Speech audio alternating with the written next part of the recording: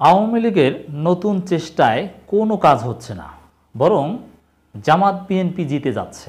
আমরা আলোচনা করছি ২৬ জুন ২৪।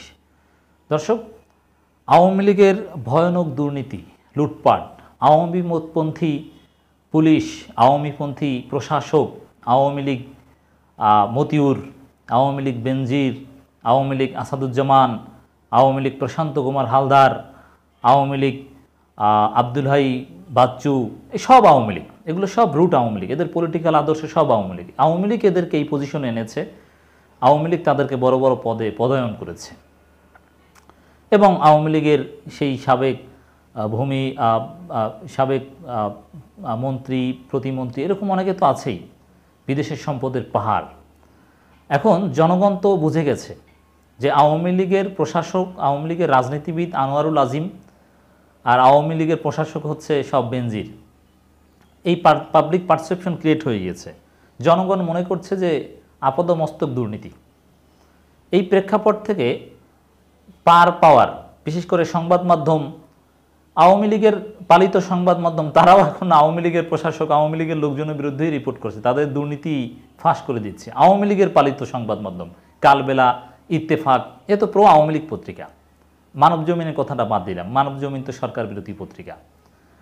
এবং এতে এখন আওয়ামী লীগ কী করবে কিছু বুঝতে পারছে না, যে তাদের পন্থী পত্রিকাগুলোই তাদের সরকারের ঘনিষ্ঠ লোকজনের দুর্নীতিকে ফাঁস করে দিয়ে জনগণের কাছে সরকারকে মহা দুর্নীতিগ্রস্ত সরকার হিসেবে প্রমাণিত করছে।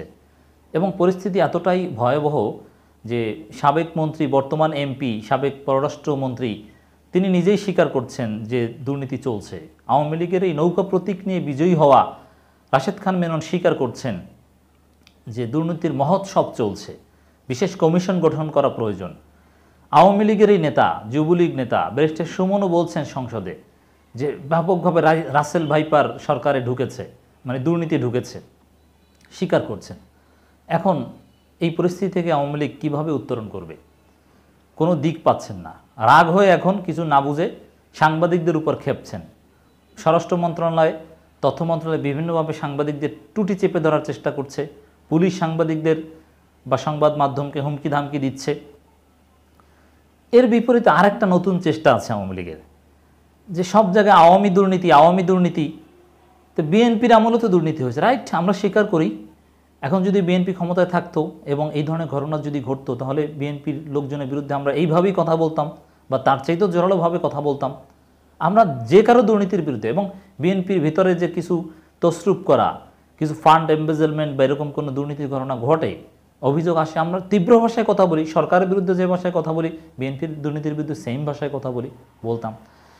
তা এখন আওয়ামী লীগের নেতারা একটা চেষ্টা করছে যে বিএনপির দুর্নীতি সামনে আনার, কিন্তু মজার বিষয় হচ্ছে কোনো কাজ হচ্ছে না। আওয়ামী লীগের এই চেষ্টায় কোনো কাজ হচ্ছে না। আওয়ামী লীগ চায় যে আওয়ামী লীগের দুর্নীতি নিয়ে এত খবর টবর হয়, বিএনপি দুর্নীতি নিয়ে, তারেক রহমান দুর্নীতি নিয়ে, সরাসরি তো ওবায়দুল কাদের বলেছেন যে খবর হোক, নিউজ হোক, কিন্তু কোনো লাভ হচ্ছে না। বিএনপি তো গত 17 বছর ক্ষমতায় নেই, আর বিএনপির দুর্নীতি নিয়ে কি বলবে? বিএনপি দুর্নীতি নিয়ে এখনও বিএনপির কিছু সাংগঠনিক দুর্নীতি নিয়ে লেখলেও জনগণ ওগুলো খায় না। জনগণের আগ্রহ আওয়ামী লীগের দুর্নীতির দিকে। নিউজ এটা প্রথমে একটা ব্যবসা। এখন ব্যবসাটা হয় কখন? জনগণের যে বিষয়ে আগ্রহ থাকে। তো জনগণের আগ্রহ আওয়ামী লীগের দুর্নীতির দিকে। বিএনপি কী করেছে? বিএনপির দুর্নীতির দিকে জনগণের আগ্রহ নাই। তো বিএনপির দুর্নীতি নিয়ে আওয়ামী লীগের নেতারা জিকির করলেও এতে কোনো লাভ নেই। আর বিএনপি জামাতের লোকজন আওয়ামী লীগের দুর্নীতি নিয়ে একটু শব্দ করলেই এটা ব্যাপকভাবে ছড়িয়ে পড়ে। আপনারা তো সোশ্যাল মিডিয়া, নিউজ পেপারে সেটাই দেখছেন। তো এভাবেই জামাত বিএনপি জিতে যাচ্ছে, আর আওয়ামী লীগের চেষ্টায় কোনো কাজ হচ্ছে না। একটা খবর, আওয়ামী লীগের সেই চেষ্টার একটা খবর, ওবায়দুল কাদেরের সেই হুমকি ধামকি আপনারা আগে শুনেছেন সাংবাদিকদের। আর স্বরাষ্ট্র মন্ত্রণালয়, পুলিশ, আওয়ামী লীগ এরা চেষ্টা তো করছে সংবাদ মাধ্যমে টুটি চেপে ধরার বা পরিস্থিতি উল্টে বিএনপির ঘাড়ে দোষ চাপানোর। অর্থ লুটপাট করে বিদেশে সম্পদের পাহাড় গড়েছে বিএনপি কর্তারা। এর মানে সম্পদের পাহাড় গড়েছে বিদেশে আওয়ামী লীগ কর্তারা, আওয়ামী লীগের লোকজন। আর এখন উল্টিয়ে বলার চেষ্টা করছে বিএনপি কর্তারা নাকি সম্পদের পাহাড় গড়েছে। আর এইগুলো তো কেউ খায় না, এইসব নিউজ, এগুলো আলোচনাই হয় না জনপরিসরে। বরং যারা বলছে তারা কি করেছে সেটা নিয়েই জনগণের আগ্রহ। বুঝতে পারছেন? বস্ত্র ও পাটমন্ত্রী জাহাঙ্গীর কবির নানক বলেছেন, ক্ষমতার মসনদে বসে দেশের হাজার হাজার কোটি টাকা লুটপাট করে দেশকে দেউলিয়া রাষ্ট্রে পরিণত করে বিএনপি।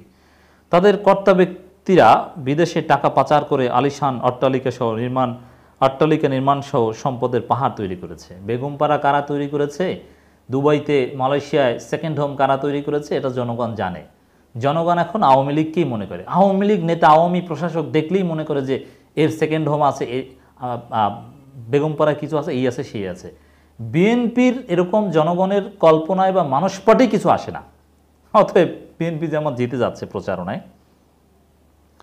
নানক বলেন, আমরা অভিযোগ করেছিলাম তারেক রহমান এদেশে অর্থ লোপাট করেছে, তার বিরুদ্ধে ব্যবস্থা গ্রহণ করুক। তা তো দূরের কথা, একজন দুর্নীতিবাজদের বিরুদ্ধে ব্যবস্থা নেয়নি খালেদা জিয়া। সেই নবীর আমলের রূপকথার গল্প এগুলো কেউ শোনে না, এগুলোতে কেউ কান দেয় না। তো এভাবেই জনগণের কাছে বিএনপি যেমন গ্রহণযোগ্যতা পাচ্ছে।